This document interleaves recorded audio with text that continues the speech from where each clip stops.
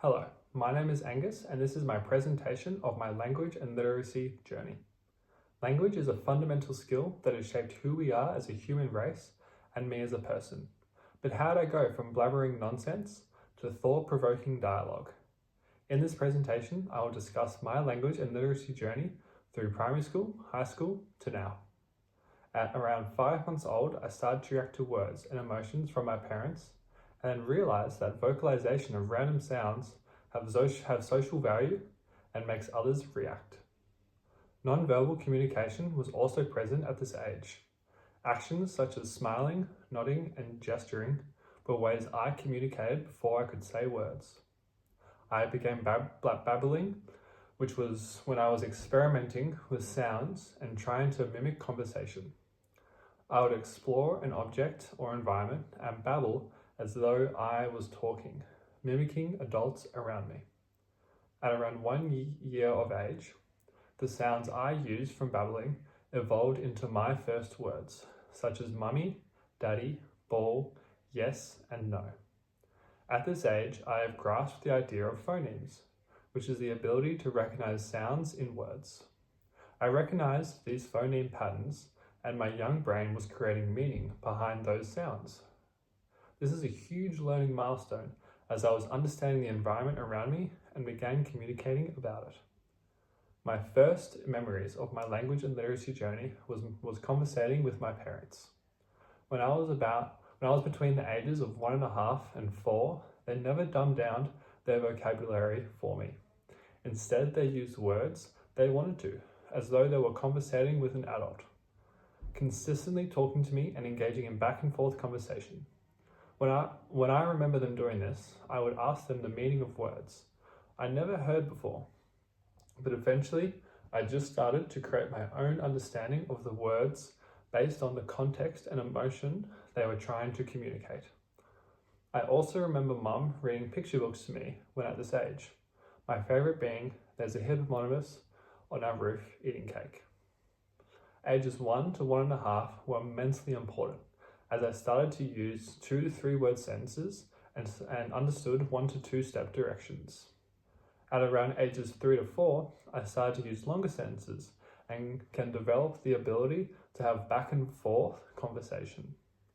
These activities from my parents have had profound impacts on me, not only in my vocabulary and speech, but in my development in language and conversation. At this age, I was developing my phonological awareness, which is the ability to link sounds to meaning that relate to the spoken language. At this age, my literacy was not at a competent level, which is completely normal. At this age, I am listening and mimicking how to put sentences together. I would hear a sentence spoken by an adult and using the syntactic rules they used, applied it to my own sentences. This didn't always work and I frequently made grammatical errors, but the important part was I was learning how to speak more effectively and use my oral language skills that I was exposed to better equip myself as I entered primary school and began my literacy journey. Now that I am entering primary school, I am beginning to apply my language skills to literacy skills, such as reading, writing, spelling, and syntax, meaning grammar. Literacy is not a biological primary like languages, and I definitely found literacy challenging. I remember on multiple occasions throughout primary school, up until the 4th grade, I would change and rewrite a sentence just because I couldn't spell a particular word I wanted to use. In one memory of when I was in year 2, I didn't write a story that we dedicated a whole class to because I was stuck on the word city. I was embarrassed and unmotivated to write because I couldn't spell. Although I grew up with a strong oral language at home, I felt I wasn't developing my literacy skills, especially in spelling. Because spelling was my greatest weakness, it hindered my other literacy skills, such as reading and writing. Safe to say, my literacy skills were below average starting primary school. Although in the classroom I was struggling, interacting and playing with my peers was another way I was expanding my vocabulary and language skills. Play is not goal-orientated, meaning it isn't stressful and it involves fun activities. Play is a great vehicle for learning language as it puts it in a social context, using it to communicate and learn without even realizing it. I especially enjoyed playing superheroes and acting as my favorite characters.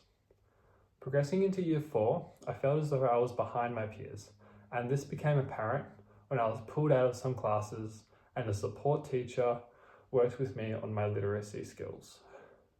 I came into it distressed, and it confirmed my belief that I was behind. However, I was able to receive support that I really needed. I remember them showing me words like should and could, and how the phonetics of the words related to the morphology. Morphemes are the physical structure of the words and how they are formed. This linking was crucial, as I was able to sound out words more effectively, and I improved my spelling through the connection of morphology and phonemes. Through their help, my reading improved, and I really enjoyed it. I have fond memories of staying up late, reading, and being hooked by a novel. As I entered high school, I was able to interpret the tone and environment I was in and ensure the type of language I used was appropriate. In a professional setting, such as talking to a teacher or adults, I would be respectful and use sophisticated vocabulary. While I was with my friends, I would use slang terms and unprofessional language, as I would joke and be relaxed while speaking. Progressing through high school, my reading and writing improved dramatically, and I no longer felt I was behind, because I wasn't. I consistently received high marks in my English assessments. The only problem that I struggled with was my comprehension skills, as it would take me a long time and multiple rereads of text to fully understand what I was reading. I found that pictures and diagrams were helpful and ensured that I could fully grasp the idea of what the writer was trying to convey. This also meant that my hobby of reading was almost completely non-existent. Comprehension is still a skill I am working on as I enter my tertiary studies. Many textbooks I am required to read and comprehend are densely written, and most do not have diagrams. I find this challenging, and for me, it requires lots of concentration and rereads to comprehend what is written. My goal as I progress into my tertiary education is to improve my comprehension skills when reading textbooks. This way, my learning and studying becomes more efficient. I have been doing this by having a text-to-speak function on my textbooks, reading slower and more attentively, as well as asking myself, what have I learnt after I have read a couple of sentences? As a hobby, I have also revitalized my love for superheroes and started to read comic books.